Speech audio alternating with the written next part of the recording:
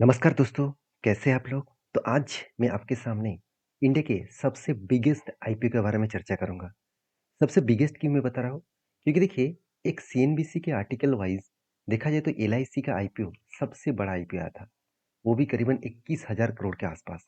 और पेटीएम का आईपीओ आया था 18,300 के आसपास। कोल इंडिया का 15,200 करोड़ के आसपास। साथ ही साथ GIC, SBI card and Reliance power.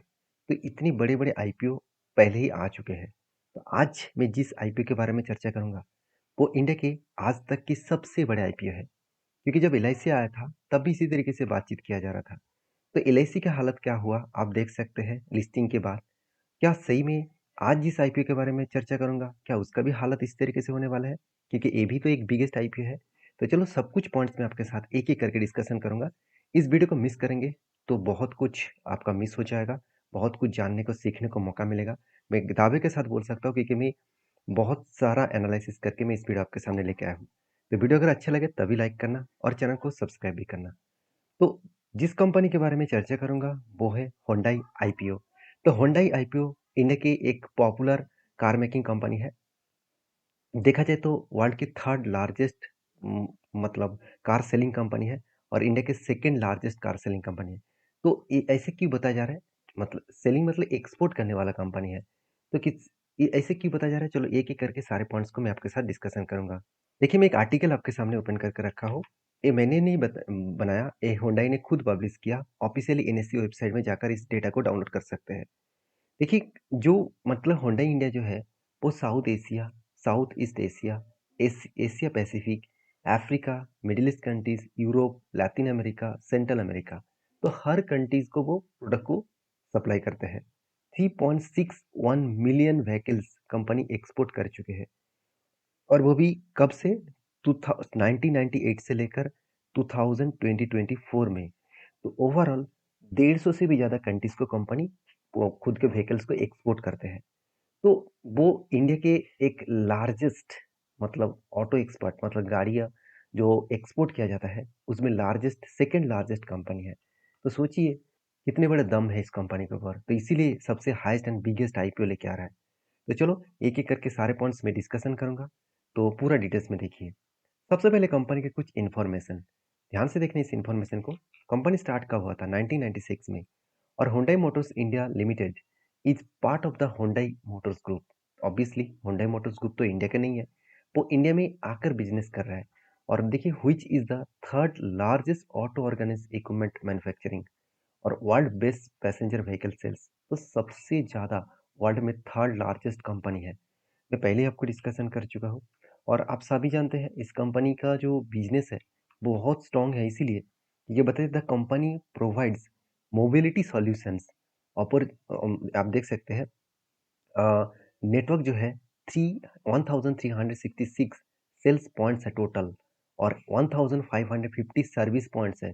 ऐसे नहीं कि गाड़ी बेच दिया और सर्विस पॉइंट ही नहीं है, तो जो बहुत बहुत ज़्यादा दिक्कत होती है। जिस तरीके से जिस कारण की वजह से आज रेनॉल्ट जैसे कंपनी दिक्कत में है, मित्सुबिशी जैसे कंपनी इंडिया से मतलब बाहर जा चुके हैं। तो ये सारे कंपनीज का दिक्कत यही था कि उसका सर्विस पॉइंट नहीं था। तो बेसिकली ये एक पॉइंट्स है। दूसरी पॉइंट्स देखा जाए तो company has sold nearly 12 million passenger vehicles. और वो भी इंडिया थ्रू एक्सपोर्ट मतलब इंडिया से जो एक्सपोर्ट किया जा रहा है उसमें 12 मिलियन से पैसेंजर व्हीकल्स एक्सपोर्ट किया गया है। तो कंपनी अभी आज सेडान जैसे, हैचबैक जैसे, एसयूवी जैसे इलेक्ट्रिक व्हीकल्स कंपनी मार्केट में लॉन्च कर रहे हैं। और आप पॉपुलर इसका गाड़ियाँ कौन सा है? i10, i20। तो इस तरीके से गाड़ियाँ औरो जैसे, वेन्यू जैसे सबसे बेस्ट मॉडल गाड़ियाँ, क्रेटा जैसे इस तरीके से गाड़ियाँ मॉडल लॉन्च कर चुके हैं। तो कंपनी का बहुत सारे एसयूवीज है जो मार्केट में लॉन्च कर चुके हैं। तो इंडिया में जो टोटल पार्टनर्स है कंपनी का देखा जाए तो 363 डीलर कंपनी बना चुके हैं। और कंपनी बाहर की कौन सा कंट्री में प्रोडक्ट सेल कर रहे हैं आप देख सकते हैं। यहाँ पे देखिए अफ्रीका है, मिडिल ईस्ट है, बांग्लादेश है, नेपाल, भूटान, श्रीलंका और भी बहुत सारे टोटल 150 कंट्रीज को कंपनी प्रोडक्ट को एक्सपोर्ट करते हैं। और एक पॉइंट्स मैं आपको बता दूं, मुझे इस कंपनी की एक दिक्कत पॉइंट लगा। वो दिक्कत पॉइंट क्या है? अब आप देखना खुद, जो इसका मैन्युफैक्चरिंग प्लांट है वो कहाँ पे है? चेन्नई में है। इंडिया में इतनी ज़्यादा ज़्यादा गाड़ियाँ बन रहा है और वो भी एक ही मैन्युफैक्चरिंग प्लांट में। सोचिए कल अग इस मैन्युफैक्चरिंग प्लांट में कोई भी दिक्कत आए, तो इसका जो मतलब सर्विसेज़ चेन है, जो बिज़नेस का स्टैंडिंग है, वो रुक जाएगा। क्योंकि एक जगह पे वो मैन्युफैक्चरिंग कर रहा है। अगर कोई भी दिक्कत आए उस मैन्युफैक्चरिंग फैक्ट्रीज़ में, तो पूरा का पूरा जो सिस्टम है इसका, चेन सिस्टम है, वो बिज़नेस रुक जाएगा। तो एक बहुत बड़ा मुझे दिक्कत पॉइंट्स लगा। तो मैं सारे पॉइंट्स आपके साथ डिस्कशन करूँगा। मैं डिटेल्स में एनालिसिस करके आपको दे रहा हूँ। तो वीडियो को एक लाइक ज़रूर कर देना।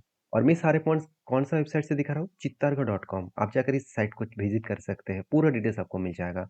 तो कंपनीज़ की जो फाइनेंशियल डिटेल्स है, चलो वो एक बार देख लेते हैं। तो फाइनेंशियल डिटेल्स देखने के बाद आपको पता चलेगा कि कंपनी में कितना स्ट्रेंथ है। जैसे कंपनी के एसेट देखिए 2022 में 28,000 करोड़ था। वो 2023 में 34,000 करोड़ बन चुके हैं। 2024 में वो एसेट थोड़ा-सा कम हो गया। मगर कंपनी रेवेन्यूज़ में कोई भी कमी नहीं है। 47,000 से 61,000 करोड़ एंड 71,000 करोड़। हर साल में कंपनी का रेवेन्यूज़ बढ़ता चला गया। उस कारण की वजह से कंपनी का प्रॉफिट भी बहुत शानदार ग्रोथ हुआ। 2,900 करोड़ से लेकर 4,700, अभी करंट ईयर में 6,000 करोड़ का प्रॉफिट जनरेट हुआ। मतलब कंपनी अच्छा खासा यहाँ पे खुद के ग्रोथ को मेंटेन कर रहा है। मुझे सबसे बेस्ट पॉइंट ये लगा कि कंपनी का जो कर्जा है वो ना के बराबर है। मैं अभी आपको दिखाऊंगा। बाकी जितने सारे कंपटीटर है जैसे मारुति है, देखा जाए तो महिंद्रा महिंद्रा है, टाटा मोटर्स है, इस सारे कंपनी से कंपेयर करके दिखाऊंगा इस कंपनी में कितना दम है। देखिए कोई भी कंपनी इसके ऊपर आईपीओ आए, इन्वेस्टमेंट करने के लिए बोला जाए, और ये सब कुछ करना तभी होगा आपको जब उस कंपनी के ऊपर आपको डिटेल्स पता है। तो चलो एक एक करके सारे डिटेल्स तो देख ही लेते हैं।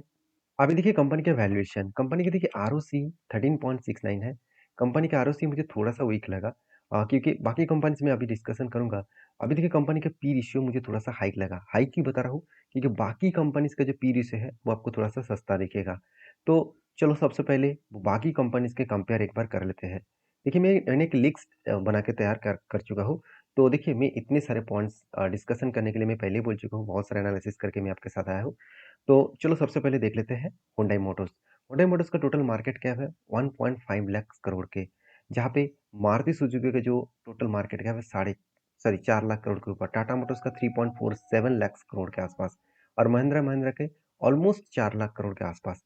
देखिए कंपनी के जो टोटल मतलब अर्निंग पर शेयर है, जहाँ पे मारुति के तो कोई आसपास आ ही नहीं पाएगा, 400 के ऊपर है।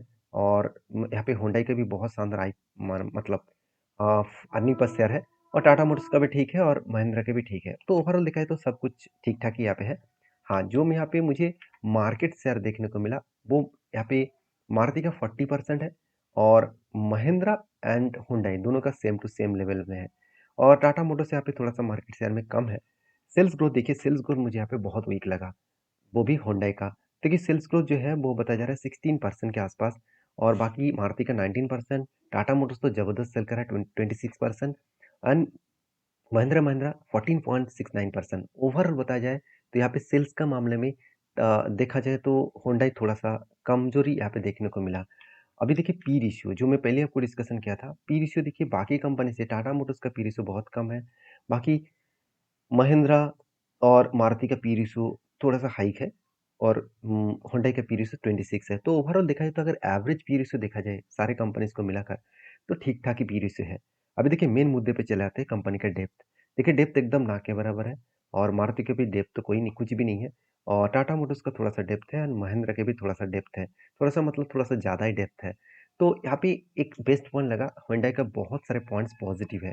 अब इतने सारे पॉजिटिव पॉजिटिव पॉइंट होने के बाद भी देखिए एक दिक्कत पॉइंट्स मैं आपको बताऊँगा, जो मुझे लगता है हुंडई को इस आईपीओ में थोड़ा-सा खतरा देखने को मिल सकता है। जिस तरीके से एलआईसी का सब कुछ ठीक होने के बाद भी एक ज़बरदस्त फॉलिंग सिचुएशन देखने को मिला।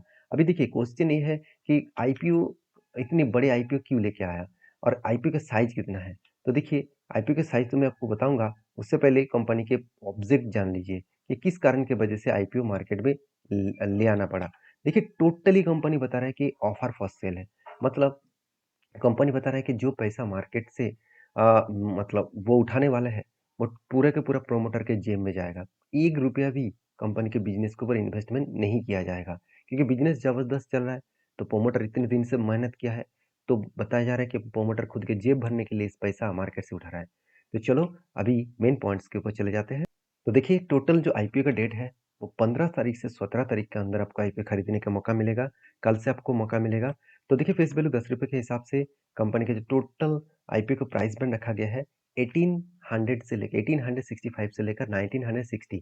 आप कहेंगे सर अगर मेरे पास 1865 रुपया हो तो मैं तो पेनी स्टॉक में निवेश करूंगा, ₹1 करके पेनी स्टॉक में निवेश करूंगा तो मुझे 1865 क्वांटिटी मिल जाएगा।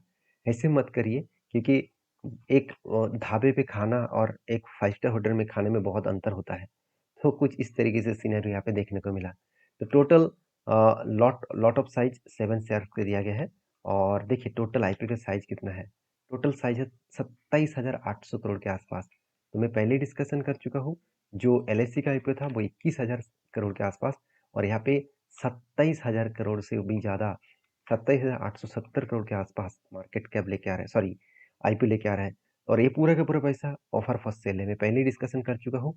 ये पूरा का पूरा पैसा किसके जेब में जाएगा? प्रोमोटर के जेब में जाएगा। तो ये सारे पॉइंट्स एनएससी बीएससी की वेबसाइट में आपको मिल जाएगा। और देखिए यहाँ पे डेट एलोकेट हो चुके हैं। 15 तारीख ओपन होगा, 17 तारीख क्लोज हो जाएगा, 18 तारीख अलॉटमेंट हो जाएगा, 21 तारीख आपको अगर आईपीओ ना मिले तो पैसा रिफंड किया जाएगा, अगर आईपीओ मिल गया तो डीमेट अकाउंट में 21 तारीख ही ट्रांसफर किया जाएगा। लिस्टिंग डेट है 22 तारीख। तो एक एक लॉट खरीदने के लिए आपको 13,720 रुपीज देना पड़ेगा। और यहाँ पे देखिए जो मतलब अलॉटमेंट दिया गया है, रिटेल इन्वेस्टर के रिटेल शेयर ऑफर किया जाए 35% और क्यूआईबी के लिए 50% एंड एनआई एन मतलब एचएनआई कैटेगरीज में 15%। यहाँ पे कोई भी एम्प्लॉयज के लिए अलग से कोटा नहीं रखा गया। तो आईपीओ का पूरा डिटेल्स तो मैं आपके सामने शेयर किया हूँ। अभी जिस पॉइंट के कारण मुझे लगता है इस आईपीओ में एक बहुत ज़्यादा प्रेशराइज में है, मुझे लगता है आईपीओ में बहुत ज़्यादा झटका भी लग सकता है, क्योंकि एलआईसी जैसी झटका इस कंपनी के ऊपर भी मिल सकता है, क्योंकि प्राइस बैंड तो बहुत हाई है पहली बात, और सबसे बड़ा आईपीओ लेके आ रहा है। तो ये भी एक खतरे का मतलब डेटा देखने को मिला है। तो वो डेटा कहाँ से मिलेगा आपको? और एक वेबसाइट में आपको विजिट कर रहा हूँ। देखिए यहाँ पे आपको ग्रे मार्केट प्रीमियम देखने को मिलेगा। तो होंडा मोटर्स का पर डे का ग्रे मार्केट प्रीमियम आपको दिखा दूँ। जिस दिन आईपीओ के मतलब बातचीत कंप्लीट हो गया था, आईपीओ आने का सिचुएशन शुरू हो गया था, उस दिन ग्रे मार्केट प्रीमियम प्रीमियम था 570 रुपीस के आसपास, 570% के आसपास। उसके बाद देखिए धीरे धीरे करके ग्रे मार्केट प्रीमियम कम होता चला गया, और फाइनली अभी ग्रे मार्केट है सिर्फ 65 रुपीज, मतलब 3.5% के आसपास यहाँ पे ग्रे मार्केट प्रीमियम दिख रहा है।